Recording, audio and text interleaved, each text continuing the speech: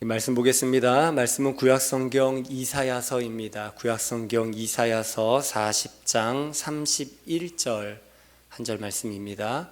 구약성경 1016쪽이고요. 이사야서 40장 31절 마지막 절 한 절 말씀입니다. 이사야서 40장 31절입니다. 제가 봉독해 드리겠습니다. 오직 여호와를 앙망하는 자는 새 힘을 얻으리니 독수리가 날개치며 올라간 같을 것이요 다른 박질하여도 곤비하지 아니하겠고 걸어가도 피곤하지 아니하리로다. 아멘. 오늘은 새해 첫 주일입니다. 올해 저희 표어가 뭔가요? 주께 더 가까이. 주님께 다 가까이 나오는 길이 만만치 않으셨죠? 오늘 아침 눈을 떠보니까 새하얗게 눈이 많이 와 있어요. 그러나 이 눈길을 뚫고 주님 사랑하는 마음으로 나오신 모든 분들을 위해 하나님의 한없는 은혜와 축복이 넘치게 되시기를 간절히 주님의 이름으로 축원합니다. 오늘은 오늘 표와 같은 주께 더 가까이라는 제목 이 성경 구절을 가지고 오늘 말씀을 함께 나누고 우리 잠깐 또 기도하는 시간을 갖고자 합니다. 여러분, 우리나라 과학의 대중화를 이끈 분 중에 이정모라고 하는 과학관 관장님이 계세요. 일명 털보관장, 턱수염이 덥수룩 하시거든요. 털보관장이라고도 불리는데 서대문에 있는 자연사박물관 그리고 이제 서울시립과학관장 그리고 이제 과천에 있는 국립과천 과학관장 등 한 총 12년간 과학관을 이제 아이들이 즐거이 볼 수 있도록 일상적으로 즐기고 노는 공간으로 만들어서 과학의 대중화에 많이 기여를 하신 그런 분이에요. 그래서 2019년도에는 과학기술훈장 진보상을 이제 수여받기도 하셨습니다. 방송에도 종종 나오시기 때문에 아마 얼굴을 보시면 아시는 분들도 계실 거예요. 근데 제가 사진을 올리려고 하다가 말았어요. 4대째 이분이 사실은 기독교 신앙에서 자라나신 분이시고 또 신앙생활도 아주 잘하시는 분으로 그렇게 알려져 있습니다. 요즘 그분의 이제 신간서적에 하나 나왔거든요. 그래서 그 책에 나오는 이야기입니다. 이정모 관장님이 사는 그 아파트에는 예쁜 유치원생 여자아이가 이제 살았어요. 근데 이제 어느 하루는 그 여자아이와 이제 처음 보는 남자아이가 이제 함께 이정모 관장님과 함께 그 아파트 엘리베이터를 타게 됐죠. 그러니까 처음 보는 남자아이니까 이 아이도 유치원생인 거예요. 유치원생인 거죠. 근데 그 남자아이가 같이 엘리베이터를 탄 이 관장님을 좀 신경 쓰는 것처럼 보이더니 지금이 아니고서는 안 된다는 그런 표정으로 여자아이에게 이제 속삭이면서 이렇게 말하는 거예요. 뭐라고 말하냐면 너는 내 마음의 블랙홀이야. 유치원생이 너는 내 마음의 블랙홀이야 이렇게 말하더라는 거예요. 이 얘기를 듣고 이정모 관장님이 너무나 깜짝 놀랐다는 거예요. 유치원생이 블랙홀이라는 말로 고백하는 모습이 굉장히 큰 충격이었던 거죠. 뭐 이제 이정모 관장님만 해도 한 1960년대 초년생이니까 뭐 이제 60대 정도 되셨죠. 이분이 블랙홀이라고 하는 말을 이정모 관장님이 처음 들었을 때가 대학원생 때였었는데 지금은 유치원생들도 그게 뭔지 알고 사용하고 있는 거죠. 그리고 이제 좋아하는 여자아이에게 그런 과학적 지식을 사용해서 자기 이제 마음의 고백을 하고 있는 거죠. 넌 내 마음의 블랙홀이야 라고 고백하는 거죠. 지금 아이들은 우리 부모님 세대 그리고 뭐 저희 세대가 뒤늦게 배웠던 과학적 지식을 이미 어렸을 때부터 굉장히 친근하게 배우고 있습니다. 그러면서 드는 생각이 이 세대가 정말 하나님에 대해서 어렸을 때부터 친근하게 아는 세대가 된다면 얼마나 좋을까, 이제 그런 생각이 드는 거예요. 과학적 지식을 어렸을 때부터 마음껏 사용하는 것처럼, 뭐 블랙홀이라는 말도 아니까 사용하는 거죠. 그런 것처럼 하나님에 대해서도 친밀하게 잘 알아서 하나님에 대해 어렸을 때부터 자신 있게 말할 수 있는 그런 우리와 우리 자녀들이 된다면 얼마나 좋을까, 그런 거죠. 오늘 본문은 이제 이사야서죠. 본문을 쓴 이사야 선지자는 그런 시대가 올 것에 대해서 예언한 선지자입니다. 오늘 본문은 이사야 40장이지만 이제 이사야 11장 9절에 보면 이런 말씀이 기록되어져 있어요. 제가 읽어드릴게요. 내 거룩한 산 모든 곳에서 해됨도 없고 상함도 없을 것이니 이는 물이 바다를 덮음같이 여호와를 아는 지식이 세상에 충만할 것임이니라. 온 세상에 하나님을 아는 것으로 가득한 세상이 될 것을 예언하고 있는 거죠. 근데 그 시대가 어떻게 임합니까? 이사야 11장은 이렇게 시작을 해요. 11장 1절에 이렇게 시작합니다. 이새의 줄기에서 한 싹이 나며, 새싹이 난다는 거죠. 그 뿌리에서 한 가지가 나서 결실할 것이요.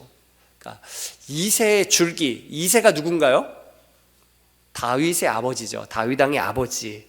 그러니까 다윗 왕의 아버지인 이새로부터 한 새싹, 즉 다윗의 가문에 태어날 메시아 예수님에 대한 예언의 말씀입니다. 근데 그분이 결실할 것이라, 열매 맺을 것이라 그렇게 얘기하는 거죠. 즉 예수님이 결실하는 세상이 하나님을 아는 것으로 가득한 세상이 된다는 것을 말씀하고 있는 것입니다. 그리고 그 다음 절에는 어떻게 그런 세상이 이루어질지에 대해서도 묘사해주고 있어요. 그래서 이사야 11장 2절 말씀에 보면 이렇게 표현하고 있죠. 그의 위에, 예수님 위에 여호와의 영, 곧 지혜와 총명의 영이요, 모략과 재능의 영이요, 지식과 여호와를 경외하는 영이 강림하시리니. 메시아 예수님께서 이 땅에 새싹처럼 태어나실 텐데 그분이 여호와의 영, 즉 성령께서 강림하시면, 그러니까 육신을 입고 이 땅에 태어나신 예수님께서 친히 성령으로 충만하게 세례를 받으시면, 성령으로 세례를 받으시면 이와 같은 세상이 될 거라고 얘기하고 있는 거죠. 그래서 예수님이 요단강에서 세례를 받으실 때 하늘에서 공적 선언이 있죠. 하나님께서 음성이 울려 퍼지게 만드셨잖아요. 뭐라고 말씀하셨어요? 이는 내 사랑하는 아들이요 내 기뻐하는 자라 라고 선언을 하셨죠.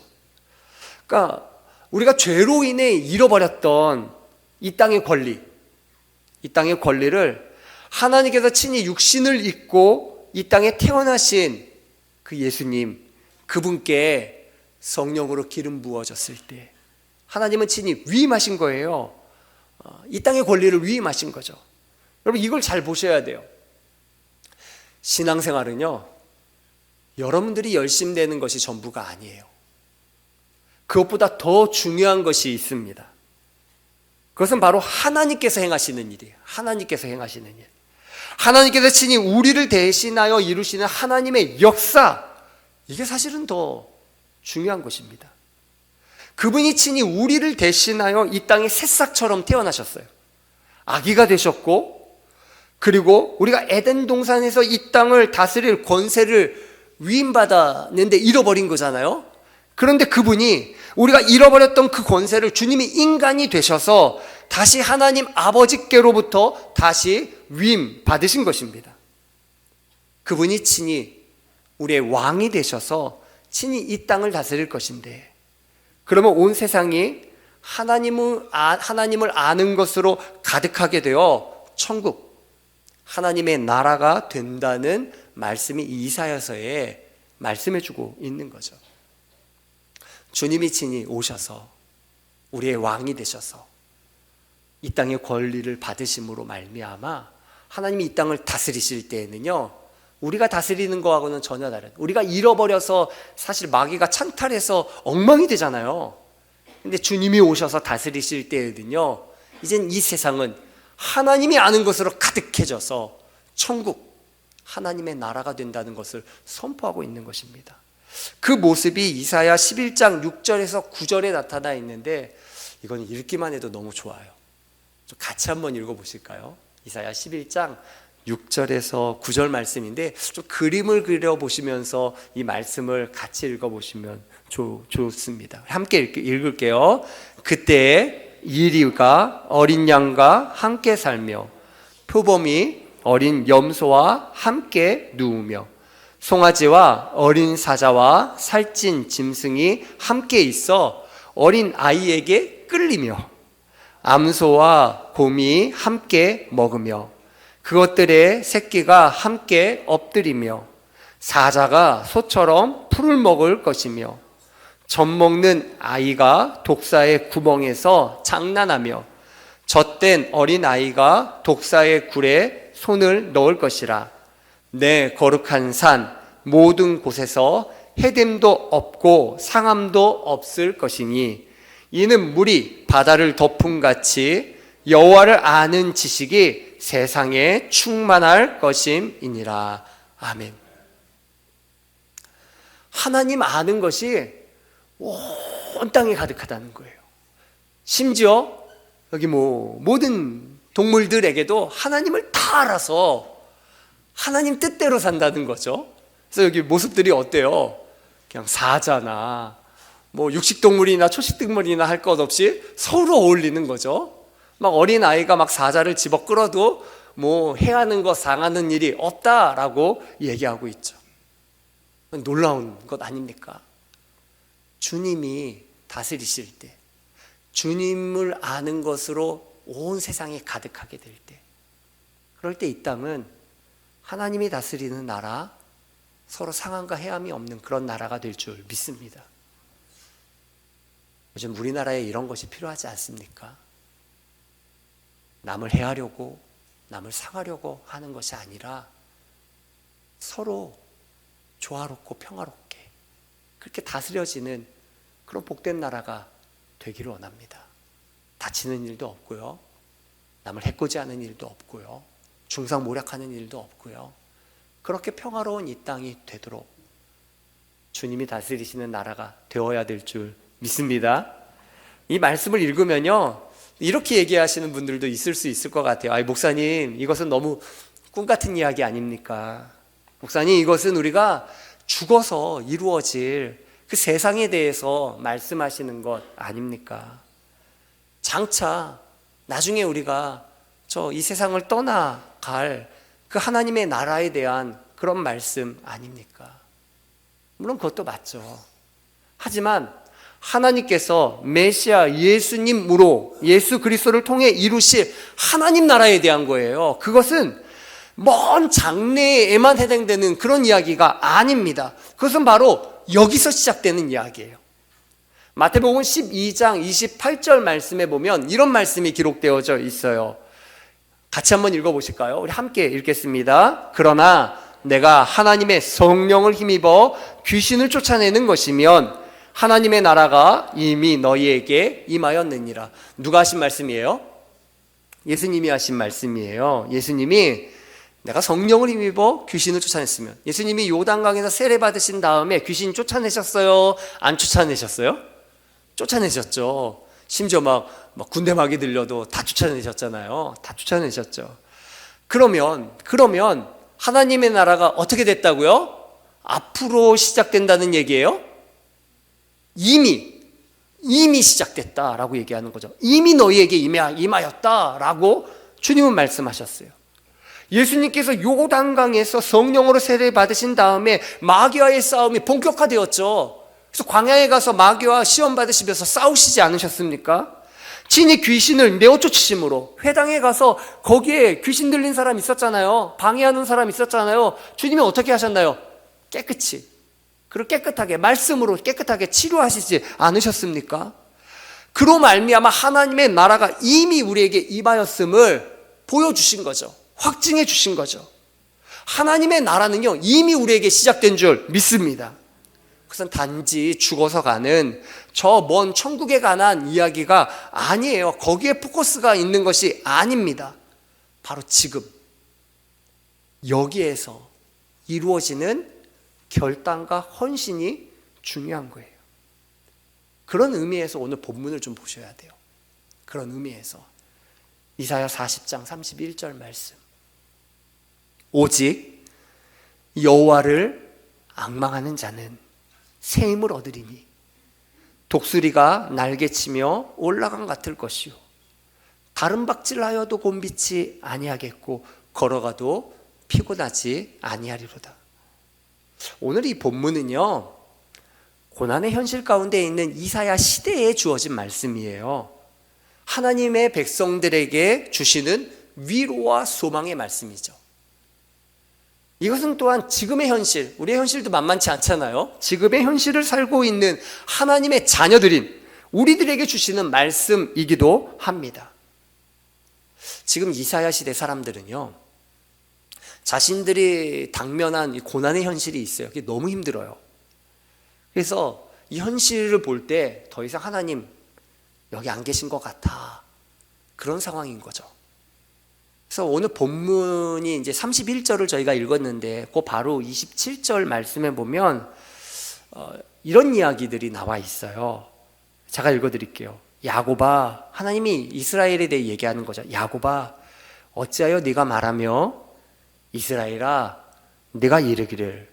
그러니까 야곱과 이스라엘이 말하는 말이 있다는 거예요. 너희들이 이렇게 입 밖에 내는 그런 말들이 있다는 거예요. 그 말들이 뭐냐면 내 길은 여호와께 숨겨졌으며 나를 하나님 몰라, 이렇게 얘기한다는 거죠. 내 송사는, 내 억울함은, 내 형편은 내 하나님에게서 벗어난다. 하나님의 손밖에 있다. 그렇게 말들을 한다는 거예요. 이사야 시대에 정말 어려웠거든요. 북이스라엘이 멸망당했어요. 아수르가 굉장히 강력했거든요. 쳐들어와서는 북이스라엘이 멸망했어요. 남유다까지 밀고 들어왔죠. 남유다도 예루살렘 성을 다 에워쌌어요. 멸망당하기 직전이죠. 막 하나님을 비방하는 그런 외침이 들려옵니다. 히스기야 왕 때 기적적으로 하나님께서 구원해 주셔서 아수르의 군대가 물러가죠. 그러다 조공을 바쳐야 되는 그런 암울한 현실이었습니다. 이방 나라들에 의해 북이스라엘도 멸망하고 남유다마저 짓밟히고 있던 그때 온갖 굴욕을 당하던 그런 고난의 현실이죠. 그런데도 하나님 잠잠하신 것 보면 내 사정 모르시는구나, 내 삶은 하나님의 손밖에 있구나, 그렇게 얘기했다는 거예요. 더 쉽게 말하면 하나님 계시면 어떻게 이런 일이 벌어지느냐며 신앙을 몽땅 다 잃어버린 시대, 그게 바로 이사야 시대인 거죠. 이사야 시대. 하지만 하나님은 그런 당신의 백성들, 신앙이 막 다 무너져 내려가는 당신의 백성들에게 그럼에도 불구하고 그들에게 말씀하시는 말씀이 오늘 본문의 말씀이에요. 왜 알지 못하니? 왜 듣지 못하니? 하나님은 영원하신 분, 과거에만 역사하셨던 분이 아니라 지금도, 그리고 영원히 동일하신 분이라고 말씀하시죠. 그분은 이스라엘 땅만의 하나님이 아니라 땅 끝까지 창조하신 하나님, 즉 아수르라고 하는 저 먼 나라도 다스리시는 하나님, 하나님의 능력과 지혜는 한계가 없으시다고 선포하시죠.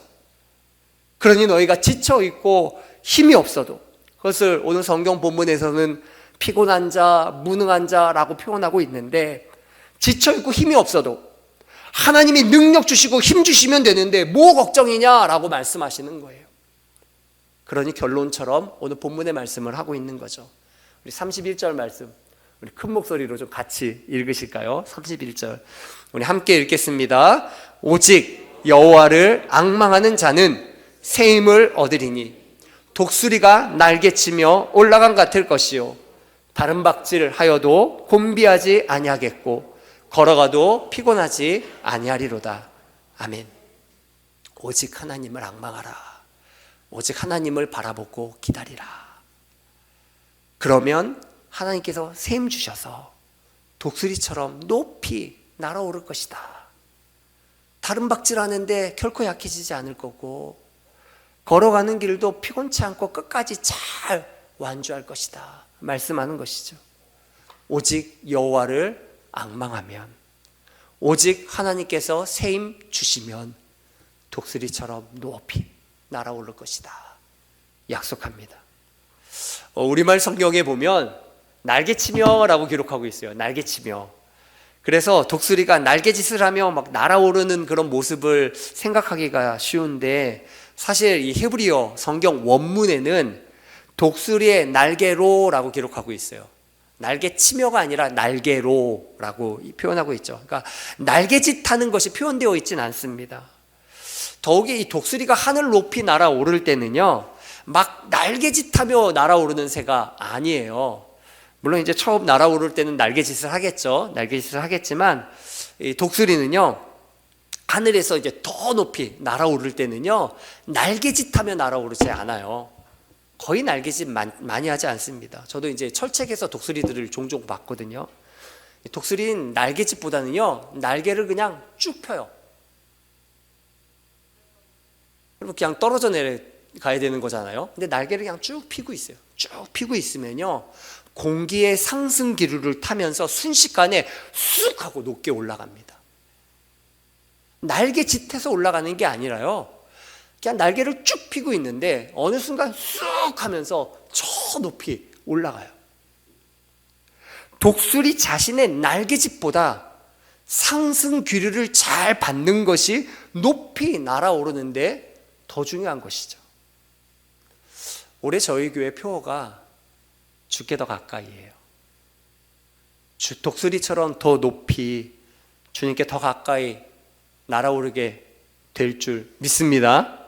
그래서 주님을 더욱 가까이에서 배웠고, 그래서 주님을 더 분명하게 알고, 아는 것이 힘이잖아요. 그래서 주님을 더 분명하게 알고 그 은혜와 능력을 힘입어서 살아가는 2025년, 그런 축복된 한 해가 되기를 간절히 축원합니다. 올해 그런 놀라운 진보와 성장이 있을 줄 믿습니다. 독수리처럼 높게 오르게 만드실 거예요. 그런 꿈과 비전을 주셔서 올해 표어도 이런 표어를 주신 줄 믿습니다. 물론 우리 자신도 날개짓 하겠죠. 그러나 그것보다 더 중요한 것은요, 우리의 한계와 연약함을 인정하며 오직 하나님을 앙망하는 것이 더 중요한 한 해가 될 것이에요. 공중에서 독수리처럼 날개짓을 하는 것이 아니라 오히려 날개를 쭉 펴는 거죠. 내 연약함, 내 한계를 인정하면서 하나님께 두 팔 벌리는 것입니다. 그럴 때 성령께서 우리의 삶을 붙들어 저 높이 날아오르게 만드실 것입니다. 성령의 바람이, 그 역사하심이 우리로 하여금 주님을 더 친히 배우게 만들 거고요, 그 은혜와 능력을 더 힘입어 살아가게 만들 것입니다. 그것을 믿고 날개를 쭉 펴는 것, 그렇게 오직 하나님을 앙망하며 오늘을 살아가는 저와 여러분들 되기를 간절히 축원합니다. 새로운 삶의 영역으로 우리를 이끄실 줄 믿고 준비하며 오늘을 충실히 사는 것, 그것이 우리에게 필요한 것입니다. 그런 사람은요, 오늘이 고난의 삶이라고 힘들다고 지치지 않을 거예요. 성령의 바람이 불어오면 되는 것 아닙니까? 주님의 새 힘으로 우리를 높이 날아오르게 만드시면 되는 것 아닙니까? 주님의 은혜로 우리를 새롭게 하시면 되는 것이죠. 내 힘으로 사는 것이 아니라 하나님의 힘으로 살면 달려가도 곤비치 않고 걸어가도 끝까지 잘 완주할 수 있는 것입니다. 세계적인 중보기도자인 신디 제이콥스의 초자연적 삶을 살라라는 책이 있어요. 좀 이제 오래된 책이기도 하죠. 네, 책 제목부터 범상치 않죠. 초자연적 삶을 살라입니다. 이 책에서 그리스도인은요, 그냥 자연적인 삶에 머무는 사람이 아니라는 거예요. 오히려 우리의 삶에는요, 하나님의 권능, 하나님의 초자연적인 역사를 체험하며 힘입으며 살아가야 한다고 얘기하고 있어요. 하루는 이제 신디 제이콥스가 고든 린제이라고 하는 분이 쓴 악마와 질병과 죽음을 정복하는 법이라는 책을 읽고 있었어요. 책 제목이 무시무시하죠. 악마와 질병과 죽음을 정복하는 법이라는 책을 읽었어요. 근데 그 책에는 존 레이크라고 하는 1900년대 이제 남아프리카 공화국, 남쪽 이 아프리카 공화국에서 선교사로 활동했던 분의 이야기가 그 책에 담겨 있어요. 이분이 선교사로 활동하던 이제 1900년대 초, 특히 이제 1920년 1월에는 이 남아프리카 공화국 그 나라에 아주 끔찍한 전염병이 그 나라를 휩쓸었어요. 그래서 한 달도 채 안 돼서 나라 전체 인구의 4분의 1이 죽었어요. 이 전염병 때문에. 엄청난 치사율이죠. 전염성이 너무 강해갖고 정부는 환자를 돌보는 간호사, 이제 의료진들에게 한 사람당 $1,000씩 지불했어요. 1920년에. $1,000면 작은 돈이 아니잖아요. 엄청난 돈이죠. 그러니까 생명수당이죠. 목숨값을 주면서 사실 환자들을 돌보게끔 그렇게 한 거죠. 저도 철책 근무를 했는데 이 철책 들어가면요, 이 민통선 지역에 들어가면 생명수당이라고 받아요.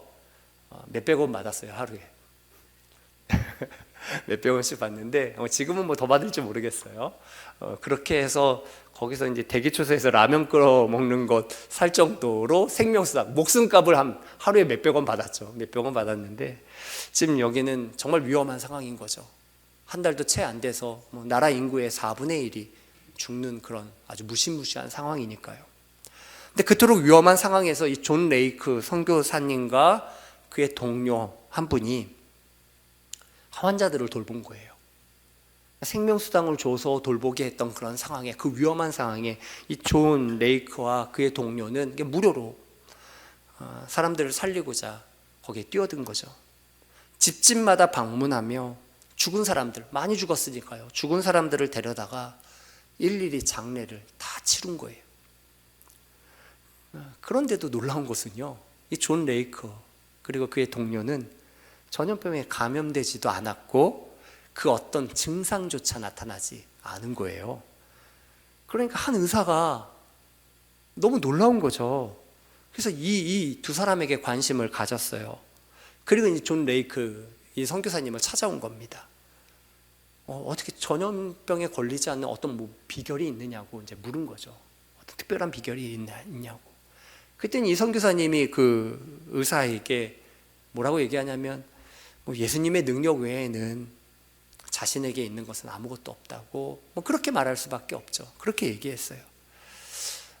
그렇게 말하는 이 존 레이크에게 이 의사가 좀 대담하고 무모한 그런 실험을 하나 제안을 했어요. 뭐냐면 이제 전염병으로 죽은 희생자들이 있잖아요. 그 죽은 그런 분들에게 거기 이제 그 거품과 같은 그 피를 직접 채취해서 이게 얼마나 그 세균이 강력한 건지 좀 현미경으로 확인하는 작업을 좀 같이 해보자는 거예요. 그러니까 바로 이 지금 감염된 사람에게 채취해서 해야 되니까 굉장히 위험한 일이잖아요. 그것 좀 같이 하자고 한 거죠. 근데 그 얘기를 듣자 이 존 레이크 선교사님이 그 피 거품을 직접 손으로 집어 들고 오는 그 의사에게 이렇게 얘기했다는 거예요. 내 손바닥에 이것을 이 범벅이 되게 만들어 보세요. 그리고 그것을 현미경으로 관찰해 보십시오. 그러면 이 병균들, 이 세균들이 살아남지 못하고 즉시 죽어가는 것을 볼 수 있을 겁니다. 그리고 정말 그의 말대로 그의 손바닥에 그렇게 이제 묻은 혈흔이죠, 혈흔을 이렇게 관찰했더니 세균들이 정말 그 말대로 죽어나가는 것을 확인해 볼 수 있었다는 거예요. 놀라운 거죠. 이 존 레이크는 정말 신앙의 사람이었어요. 누가복음 10장 19절에 있는 말씀, 주님의 말씀이죠. 이 말씀을 그대로 믿었어요. 그대로. 같이 한번 읽어볼까요? 이 말씀, 누가복음 10장 19절 말씀 우리 함께 읽겠습니다.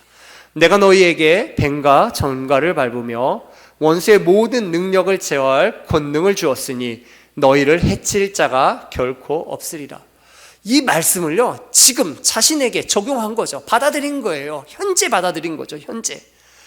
그래서 존 레이크의 삶에 놀라운 치료의 역사, 은혜의 역사, 보호의 역사가 나타났던 것이죠. 근데 사실 이 존 레이크의 삶에 이와 같은 하나님의 은혜와 능력이 강력하게 나타난 것은 그의 삶이 고난과 비극으로 가득 차 있었기 때문이었다고 그렇게 말을 해요. 왜냐하면 사실 그의 어린 시절 형제가 이제 1900년대 초니까 많았어요. 16명이었는데 8명이 병으로 죽었어요.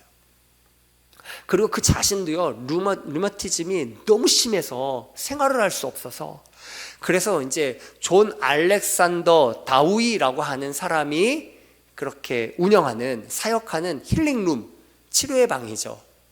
치유 사역을 하는 그곳을 이제 찾아갈 정도였어요. 그럼 생활을 못 하니까요.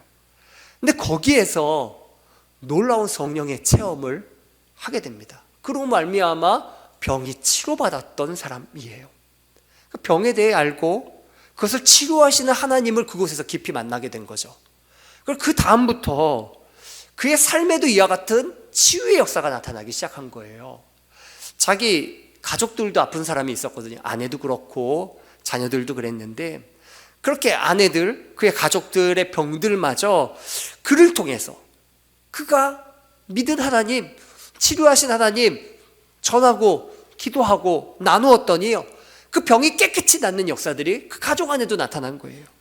이에 그는 하나님의 부르심을 따라 아프리카로 가서 그곳에서 하나님의 사역을 감당했던 거죠. 그러니 그 수많은 사람들이 죽어나가는 그곳에도 담대하게 오히려 죽은 자들을 일일이 다 장례 치러주면서 병자들을 돌보았던 것이죠. 놀라운 것은요, 이 존 레이크를 치료했던 힐링룸, 그 치료의 방을 운영했던 존 알렉산더 다우이도요, 어린 시절 내내 질병에 시달렸던 사람이에요. 질병과 고통 속에서 오히려 하나님의 은혜, 치료하시는 은혜, 주님이 도우시면, 새 힘을 불어넣어 주시면 더 높이 날아오르는 거거든요. 자연적인 삶에 머무는 것이 아니라 하나님이 이끄시는 저 높은 곳을 비상하게 되는 것이거든요. 그 은혜를 경험하면서 그의 삶에도 놀라운 치유와 은혜가 나타났던 것이죠. 그러니 존 레이크도 그곳에 와서 치료받았던 것입니다. 여러분, 2025년 새해가 시작되었는데 올 새해 만만치는 않을 겁니다. 온실만은 아닐 거예요. 그렇죠? 우리의 삶이 온실만은 아닐 겁니다. 그러나 두려워하지 마십시오. 이미 하나님의 나라는 시작된 줄 믿습니다. 이미 마귀들은 주님이 다 내어 쫓으셨어요. 그러니 오직 하나님을 앙망하며 우리는요, 날개를 쭉 펴야 돼요. 높이 날아오를 준비를 해야 됩니다.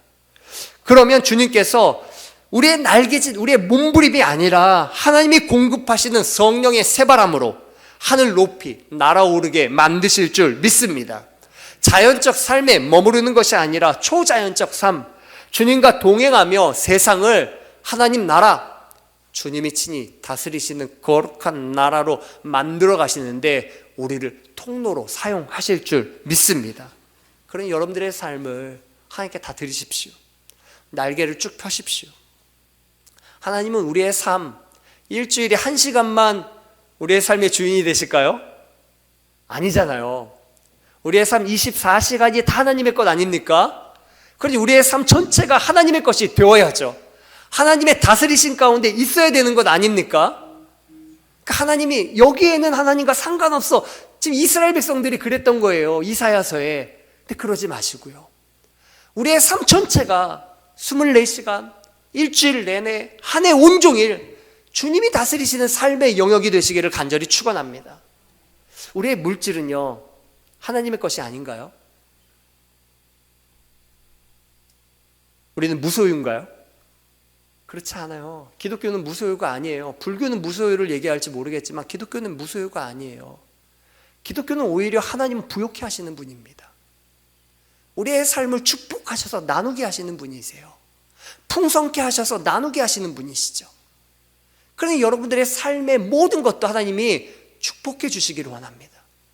여러분들의 건강도 마찬가지고요. 삶에 단절되었던 상처와 아픔과 관계들도 다 회복해 하실 줄 믿습니다. 그런 은혜로 여러분들의 삶의 모든 영역이, 우리의 삶의 모든 영역이, 정말 우리의 삶의 모든 것이 물이 받아 덮음 같이 하나님을 아는 것으로 가득해지기를 간절히 축원합니다.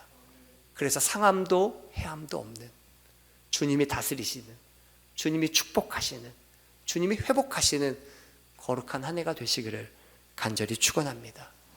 어떻게 해야 된다고요? 주님께 더 가까이 우리의 날개를 펴십시오.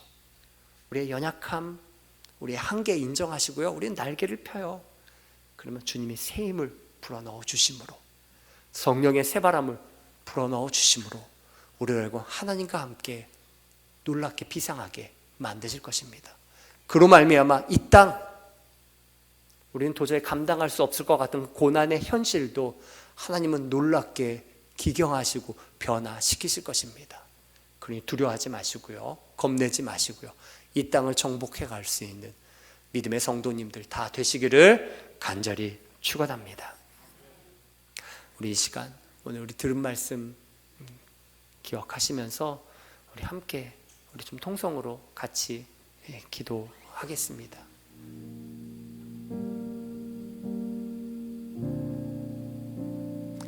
올해 2025년도는 주님, 우리 신장의 교회에게 주님께 더 가까이 나아오라고 이런 표를 주신 줄 믿습니다. 그냥 나아가는 것이 아니라 우리의 날개짓, 우리의 몸부림으로 나오는 것이 아니라 하나님이 친히 우리를 이끄셔서 독수리가 저 높이 날아오름처럼 하나님은 우리가 예기치 못한 곳으로, 더 놀라운 곳으로 우리를 이끄실 것입니다. 그러니 우리의 손 다 펴고 우리의 삶 다 들여서 하나님, 우리로 하여금 높이 날아오르게 해주십시오. 주님이 다스리시는 우리의 삶의 모든 영역이 되게 해주십시오. 우리의 가정이 되게 해주십시오. 우리의 교회가 되게 해주십시오. 이 나라 이 민족이 되게 해주십시오. 우리의 생각과 우리의 마음속 깊은 곳까지 감추어두었던 상처와 아픔, 그 쓰디쓴 쓴뿌리까지 주님이 다 다루어 주십시오. 그래서 하나님의 나라, 결코 상함도 해함도 없는 주님의 나라, 주님이 다스리시는 거룩한 나라 되게 하여 주옵소서. 우리 주님께 더 가까이 나아갑시다. 이 시간 주님께, 하나님, 저 두 팔 다 주님께 벌립니다. 두 날개 쭉 펴니다. 주님이 제 삶을 다스리소서. 그러면서 우리 주님께 결단하며 고백하는 그런 시간 되시기를 바랍니다. 우리 주님의 이름 3번 부르짖고 우리 통성으로 기도하시겠습니다.